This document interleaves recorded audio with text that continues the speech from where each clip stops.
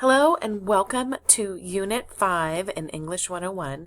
This week we have two different focuses. Now that you have already turned in your research paper proposal, we're going to keep moving forward with that. So the next step for that is you're going to be working, if you had not already done so, you're going to be working on your thesis and then also gathering sources to support the claim that you will have in your thesis.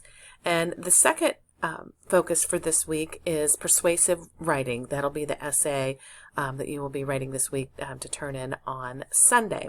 So let's take a moment to look at gathering sources. I want to point out a couple of things to you. This talks to you about how, this page does, rather, how to get to the online library, and I'm going to show you that here in just a minute. This is also the chapter that I want you to read that talks about reliable information, difference between primary and secondary sources. But I want to scroll down here. Something that I want you to think about is a little bit different from research. I know that you already know how to do Google search. We do that all day, every day. And some of you have even moved into Google Scholar, which is a little bit better. But the problem with Google Scholar is it doesn't have those subscriptions that you would have being part of an institution. So you are part of the Eastern Gateway Community College library system, and they are able to provide the services that you can't get with Google Scholar. Okay, so this talks about this, the scholarly academic journals. So those have subscriptions that only go to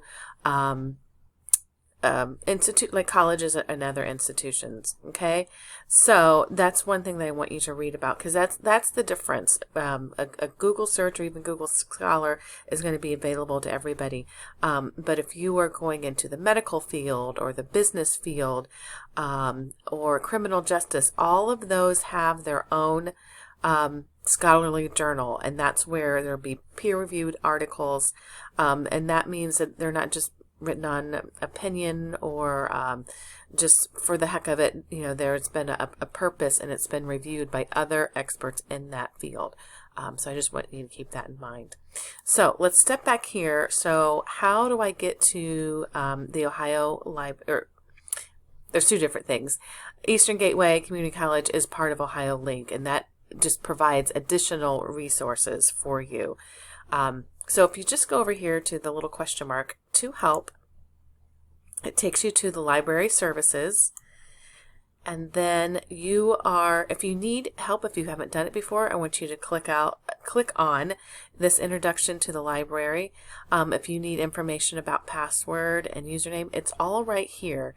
And you can also call the campus. There's also an email that you can send, and during regular hours there is a chat feature. Okay, so lots of resources. So I don't want you to give up like, I don't know how to do it. Librarians love to help you, so please reach out to them. They know how to do research and what you're looking for, and can really be helpful to you. So a couple things I want to point out are these library guides. Okay, this can be something that you could use for your other courses too if you're doing research, but for our course for English 101, I want you to go all the way down here, using the library resources and research. We notice there's 4 different pages, so you can click on that, and each of these are good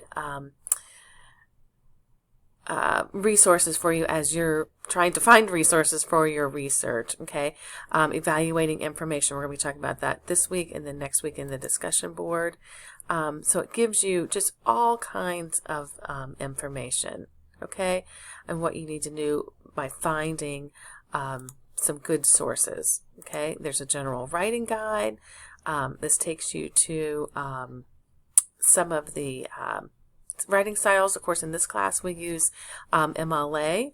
In your other classes you may use APA. There's also a plagiarism help, how to avoid that. Of course, it's what we want to make sure you're writing your own words. There's resources in our own classroom for that. And then let's go back, getting ready for research. And this is a really good page right here. It talks all about how to go through the different steps. Okay, so this is something that you can look at. All right, so let's get back to our course here, what we're doing in Unit 5. Okay, so the next thing that we are doing is persuasive writing. Okay, so a lot of times these are kind of thought of as an argument or a persuasive, are used kind of in the same thing, same vein as the same description. Sorry about that. My tongue's getting all tied up. Okay, so you're trying to influence another reader. We're going to use this persuasive definition. You're going to influence another reader to accept your position.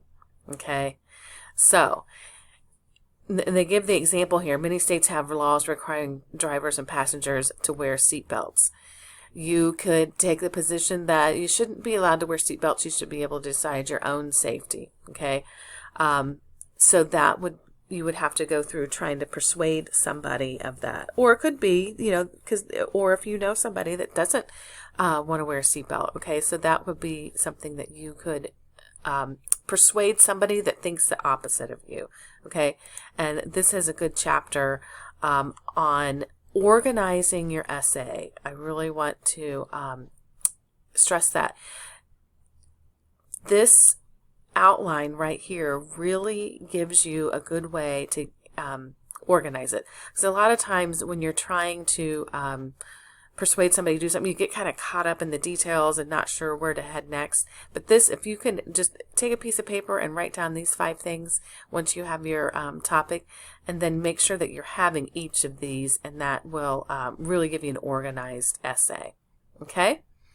So there's also lots of other things in here to help you organize your persuasive essay, but I want to get to something that's really important, is what you're going to write about.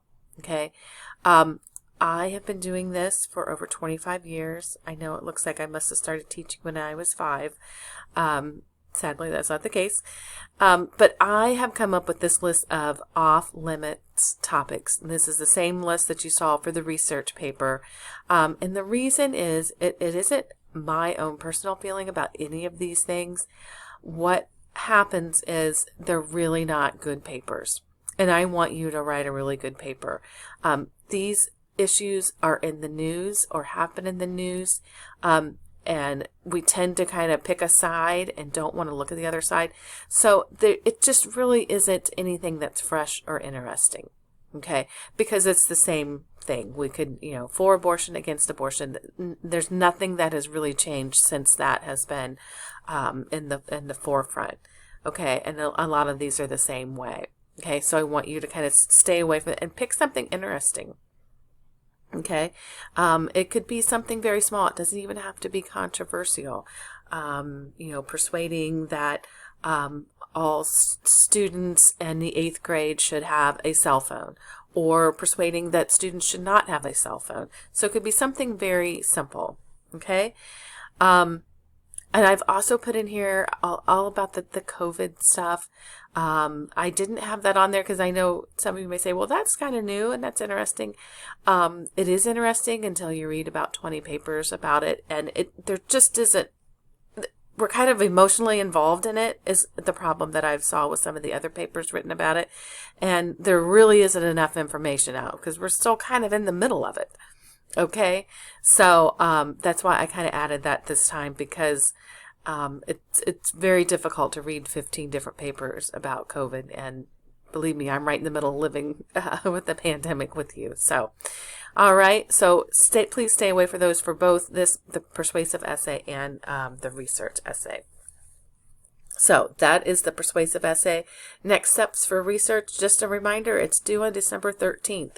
No ifs, ands, or buts. You cannot pass go.